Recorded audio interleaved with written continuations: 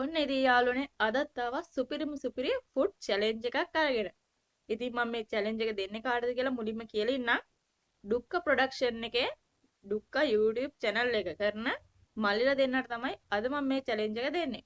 ඉතින් වැඩි කතා කරන්නේ මොකද්ද මේ චැලෙන්ජ් එක කියලා අපි දැන් බලලා ඉමු.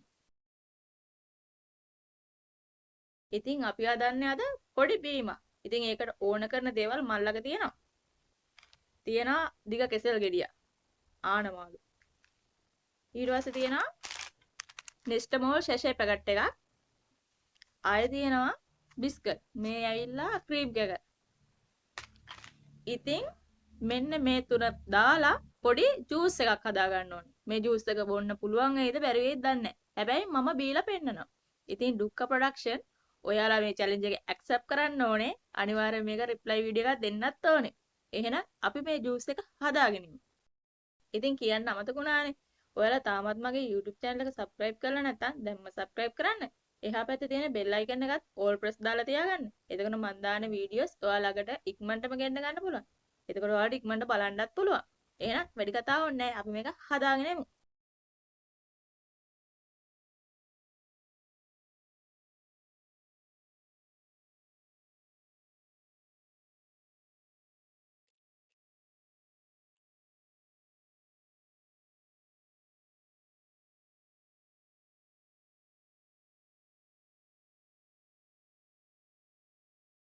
ඔන්න ඉතින් යාළුවනේ මම ජූස් එක හදාගෙන ආවා. ඔයාලට පේන ඇති මේක තනිකර නෙස්ටමෝල් පාට තියෙන්නේ.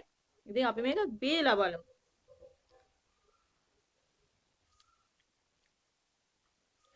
නෙස්ටමෝල් රහ විතරයි එන්නේ මේ කෙසෙල්ගෙඩි රස ගොඩක් එනවා අඩුයි.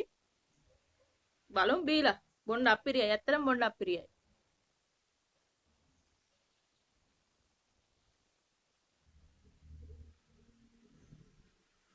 ඉතින් ඩුක්ක ප්‍රොඩක්ෂන් අනිවාර්යෙන් ඔයාලා දෙන්න මේ මිල්ක් ෂේක් එක හදා ගන්න ඕනේ. මිල්ක් ෂේක් එක නෙමෙයි සෝරි.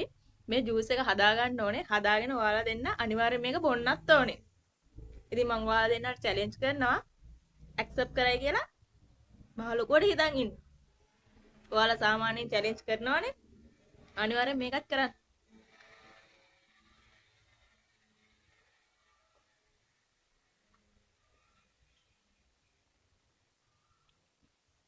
ඉතින් ඔයාලට මොනවා හරි චැලෙන්ජ් තියෙනවා නම් ඒවා පල්ලෙහෙන් කමෙන්ට් එකක් විදිහට දාන්න. අනිවාර්යෙන් මම ඒවත් අරගෙන එනවා ඔයාලට.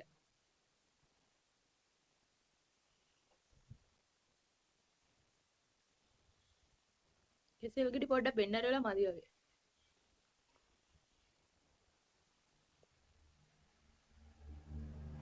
ක්‍රීම් කකර් බිස්කට් දෙක තුනකුයි. එතකොට නෙස්ටමෝල් හරි වීවා හරි පැකට් එකකුයි. දිග කෙසෙල් ගෙඩියකුයි. දාලා ජූස් එක හදලා බොන්න.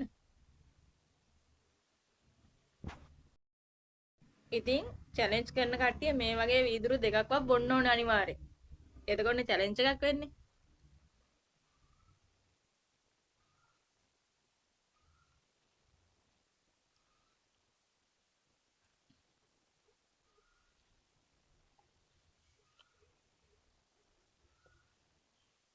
සාමාන්‍යයෙන් මම නෙස්ටමෝල් බොන්නේ නැහැ. ඒ වුණාට මේක එනම අප්පිරිය රසක් එන්නේ.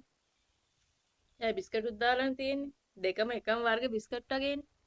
ඒ කියන්නේ නෙස්ටමෝල් එකයි ක්‍රීම් කැකර් එකයි දෙකම එකයිනේ. පොඩක් කන්න අමාරුයිනේ. මොකද ඒවා හදන්නේ ලෙඩුන්ට කියනවානේ. මොනවා වෙයිද දන්නේ.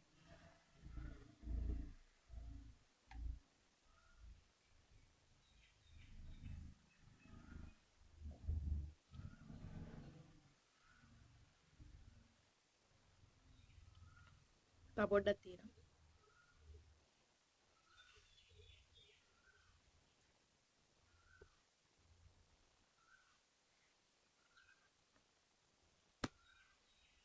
ඔන්න ඉතින් මම චැලෙන්ජ් එක කරා. දැන් ඉතින් ඔයාලා දෙන්න තමයි චැලෙන්ජ් එක ඇක්සෙප්ට් කරන්න තියෙන්නේ. ඊළඟ අදට මම මේ වීඩියෝ එක ඉවර කරනවා. හෙටත් මේ වගේ අලුත් ෆුඩ් චැලෙන්ජ් එකක් හරි ෆුඩ් රිවිව් එකක් හරි අරන් එනකන් ගිහින් එන්න.